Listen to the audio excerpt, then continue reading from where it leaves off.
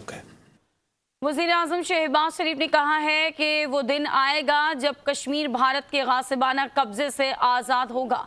आज के दिन भारत ने गासिबाना तौर पर जम्मू कश्मीर के हुकूक छीन लिए। आज़ादी का हक मांगने वाले कश्मीरी 77 साल से जुल्म बर्दाश्त कर रहे हैं। भारत ने गैर रियासती लोगों को कश्मीर में आबाद होने का हक दिया। हक मिलने तक पाकिस्तान आलमी इदारों के दरवाज़ों पर दस्तखत देता रहेगा। पाकिस्तान कश्मीरियों की अखलाकी सफारती हिमायत हमेशा जारी रखेगा।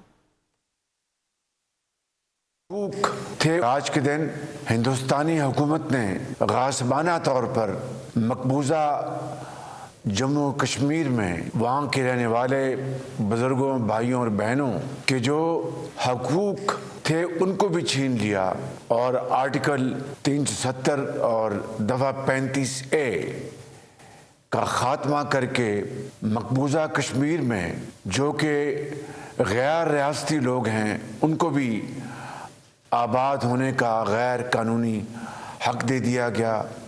पाकिस्तान हमेशा की तरह उनकी पूरी इखलाकी इमदाद करता रहेगा और हमेशा की तरह उनके लिए तमाम जो आलमी इदारे हैं उनके